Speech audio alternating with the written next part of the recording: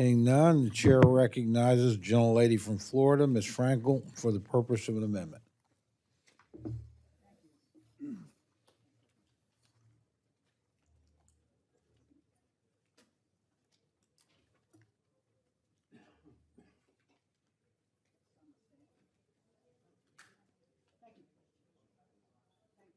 I do not think the gentlelady's mic is on. Got it. Thank you, sir. Mr. Chair, I have an amendment at the desk, and I move that the reading be dispensed with. Without objection, the reading of the amendment is dispensed with, and the gentlelady is recognized for remarks on her amendment.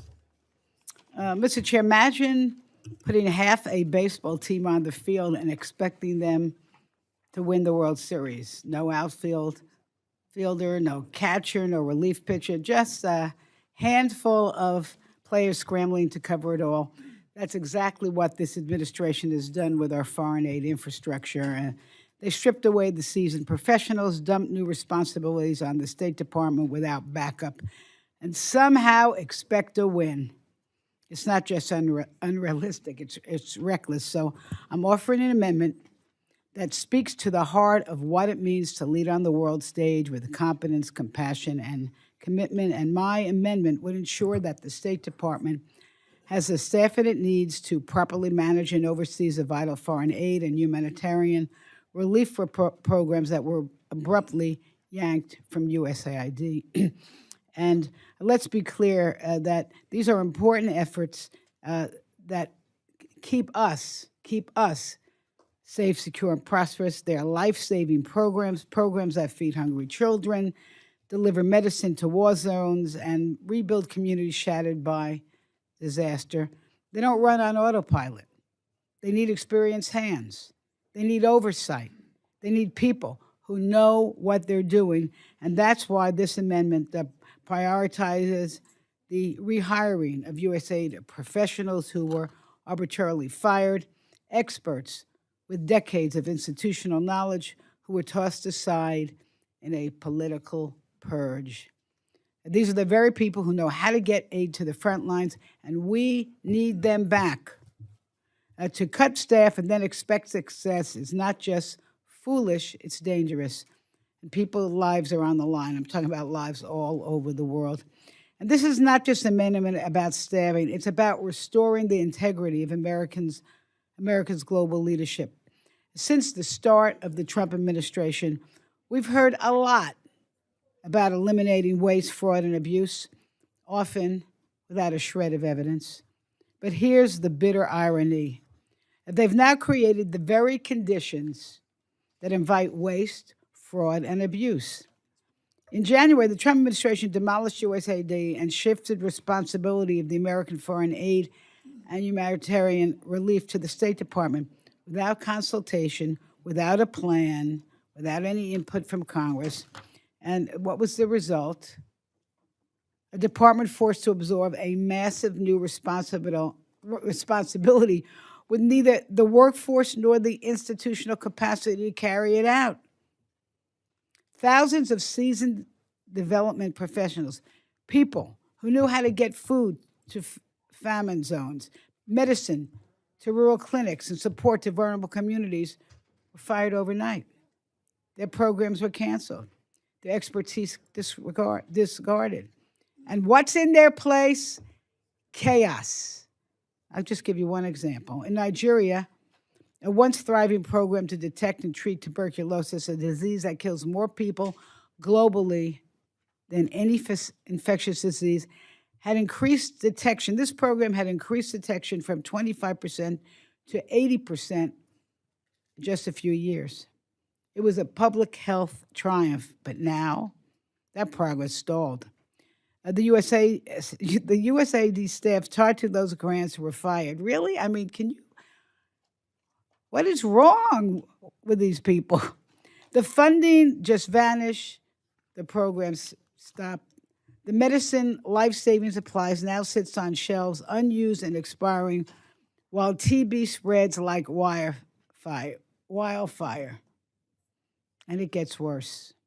Efforts to track data on HIV, TB, and other infectious disease has collapsed.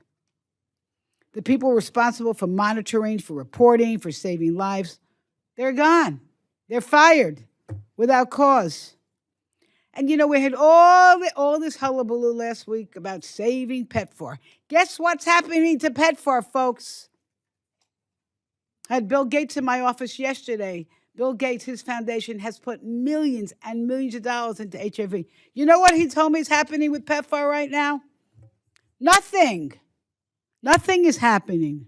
Clinics are shuttered. The HIV testing has ground to a halt. Patients are being turned away. They don't have the supplies that they need. Pregnant women are being denied care. Babies are being born with HIV. Babies who months ago could have been protected. Now they're dying because the infrastructure we built was torn down on a whim. A whim, really, on extreme political ideology. That's what it was torn down on. And let me say this again. Babies are dying, not because we lack the science or the resources, but because the Trump administration has chosen to dismantle the very programs that could have saved these little children. The systems that once monitored health outcomes are shutting down, and let's just say, Mr. Chair, you should pass this very good amendment. I appreciate the gentlelady's summary. Gentleman from Florida, Mr. Diaz-Balart, is recognized to respond to the amendment. Thank you very much, Mr. Chairman. I rise in opposition to the amendment. Well, I appreciate the goal of this amendment, which is to ensure sufficient oversight of programs. It unfortunately would create significant and costly inefficiencies in program management. The Department of State needs to have the discretion to determine staffing levels based on program needs rather than just an arbitrary ratio set by Congress. To be clear, program oversight is vitally important, which is why the bill in front of you provides significant resources to the Inspector General and requires the Department of State to increase impact evaluations. The report also includes a new requirement for the State Department to analyze and justify its staffing levels for fiscal year 2025. In short, while I share the gentlelady's goals, I can't support this amendment, which really undermines the efficiencies of the Secretary of State in trying to implement what he's trying to implement. And the distinguished ranking member used a baseball analogy. Let me just respond with another baseball analogy. You all imagine if Congress was going to decide what a baseball coach, who they pick, where they pick, how many. You know what I can guarantee you? They'll lose every game. So again, well-intentioned amendment. It's actually, unfortunately, something that I cannot support at this time. And with that, Mr. Chairman, I yield back. Thank the gentleman. Are there other members wishing to address the amendment? Seeing none, the gentlelady is recognized for 1 minute to close. Thank you. And Mr. Chair, and I know, Mr. Chair, you wouldn't put less than 9 people back on that baseball field, but moving right on. Listen. Excuse me? Yes, that was a good point, says Mr. Hoyer. Quite frankly, I really don't like to watch baseball myself, but but I thought it was a good analogy, right? Go Yankees. You know, in seriousness, listen, we're never going to be able to fully undo the catastrophic damage done by the Trump administration, his Doge acolytes, that so-called friend, not friend. Is he a friend? Elon Musk, I don't know. But listen, we can start to put things right, and that's what this amendment does. It ensures that the State Department isn't set up for fail. It brings back the experts. It restores some measure of accountability and gives us some eyes and ears on the ground. We need to ensure that our humanitarian investments are effective and transparent and actually reaching the people who need it the most. It's not just a bureaucratic fix. It's a moral imperative. I urge my colleagues to support this amendment. Let's correct the real waste, fraud, and abuse happening right now, and let's reclaim our role as a global leader with integrity, capability, and the humanity that the world expects from the United States of America. And I yield back. And Mr. Chair, ask for roll call. Well, if you want to give me just a second, I can assure the gentlelady we'll get there and we'll do what she requests. The question is now on the amendment offered by the gentlelady from Florida. All those in favor say aye. Aye. All those opposed say no. The chairman, and the opinion of the chair, the noes have it. Roll call has previously been requested. I'm sure there's going to be, this guy's a stickler. A few more hands, please. Thank you very much.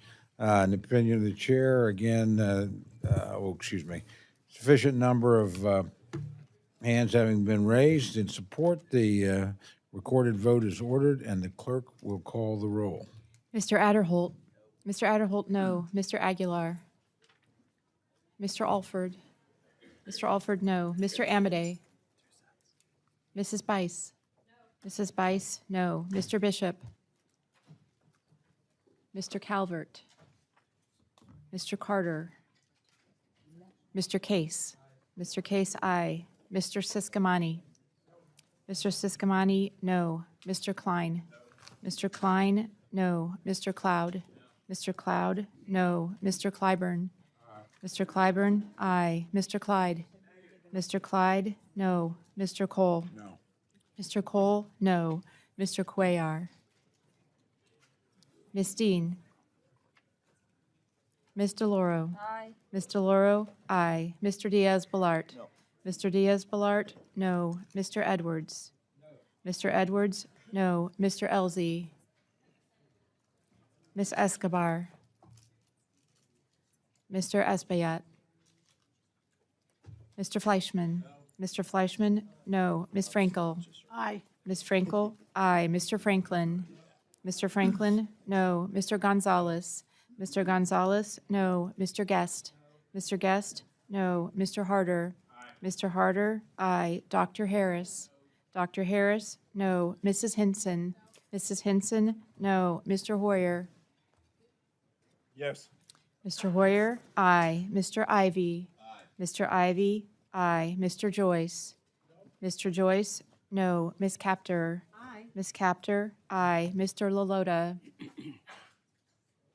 Ms. Lee. Ms. Letlow. Ms. Letlow, no. Mr. Levin.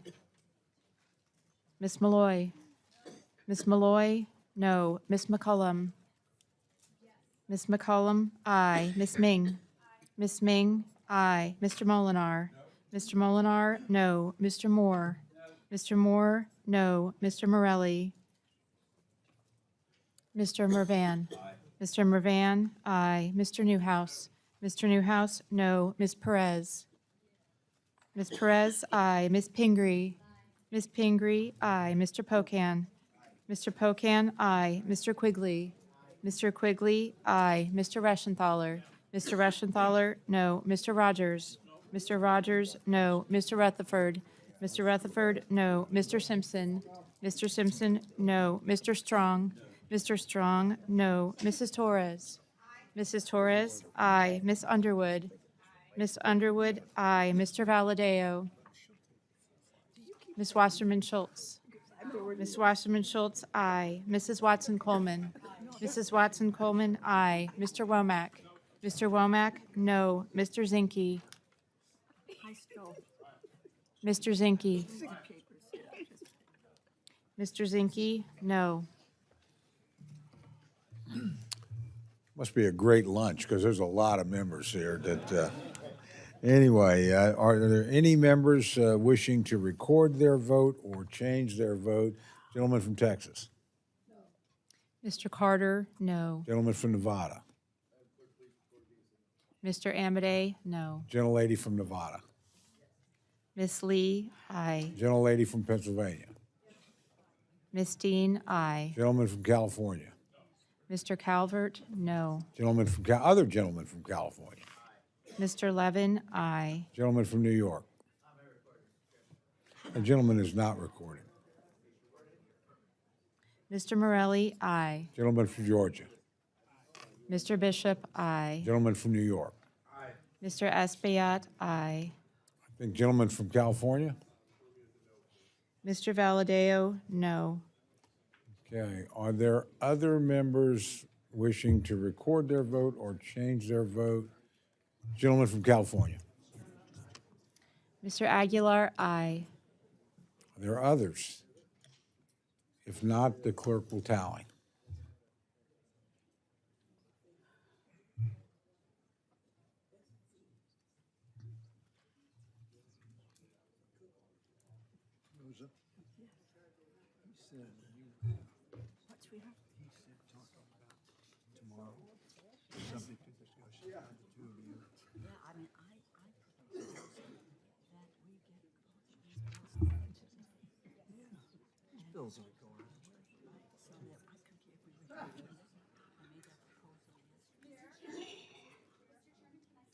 Yes, certainly can. Gentlelady from Texas.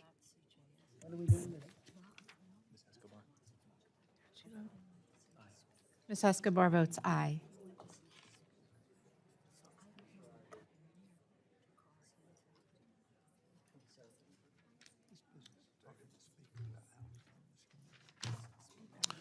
On this vote, the ayes are 27, the noes are 33, and the amendment is not adopted.